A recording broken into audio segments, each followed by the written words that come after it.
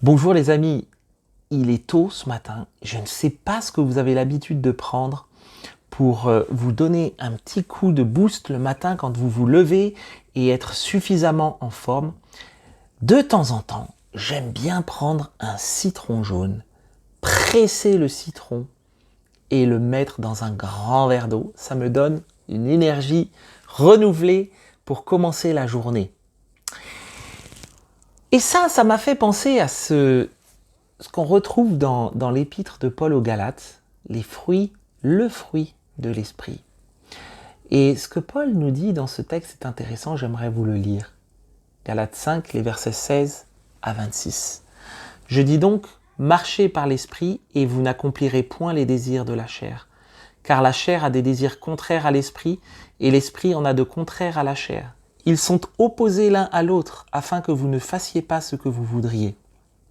Mais si vous êtes conduits par l'esprit, vous n'êtes pas sous la loi.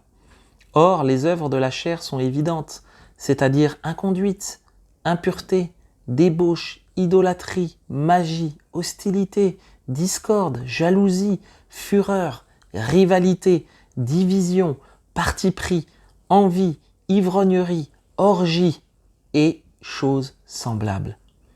Je vous préviens, comme je l'ai déjà fait, ceux qui se livrent à de telles pratiques n'hériteront pas du royaume de Dieu.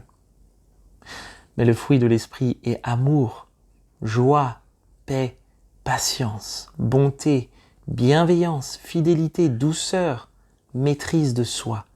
La loi n'est pas contre de telles choses. Ceux qui sont au Christ Jésus ont crucifié la chair avec ses passions et ses désirs.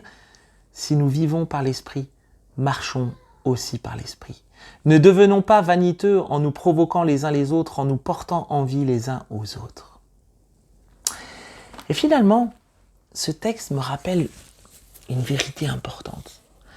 C'est que c'est vrai qu'on est parfois dans nos journées ballottés, en tension permanente entre l'Esprit de Dieu que nous voudrions laisser contrôler nos vies et nos passions, les passions de notre chair qui sont là et qui, comme le dit Jacques, qui guerroient en nous.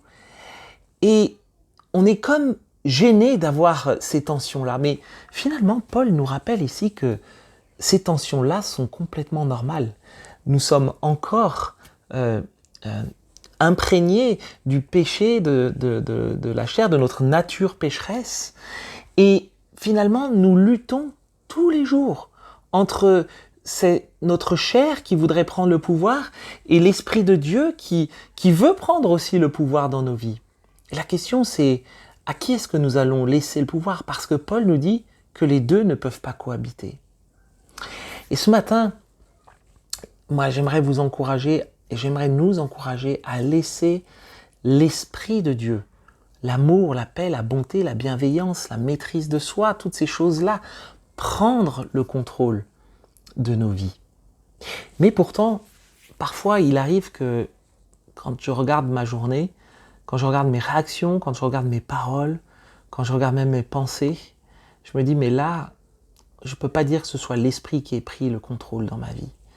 Parfois, ça se révèle plus lorsque je vis des circonstances difficiles, lorsque peut-être que nous sommes sous pression, lorsque nous sommes fatigués, lorsque nous sommes perturbés, troublés, contrariés.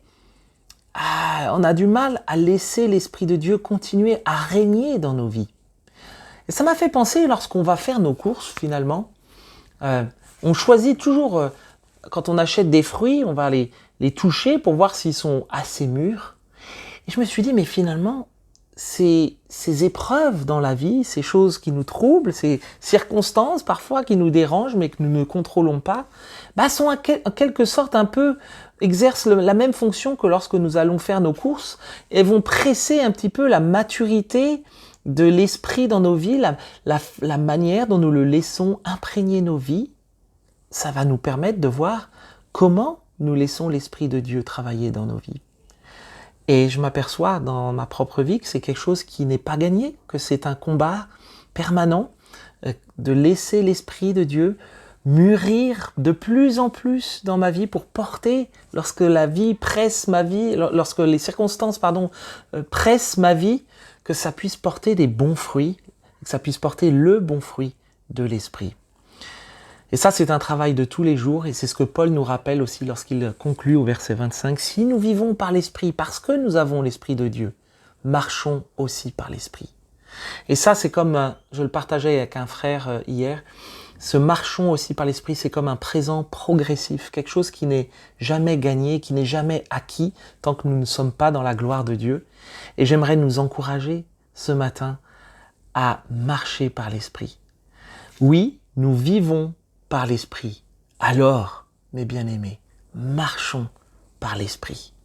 Le fruit de l'Esprit, l'amour, la joie, la paix, la patience, la bonté, la bienveillance, la fidélité, la douceur et le tout qui couronne la maîtrise de soi. Que le Seigneur vous bénisse, mes amis.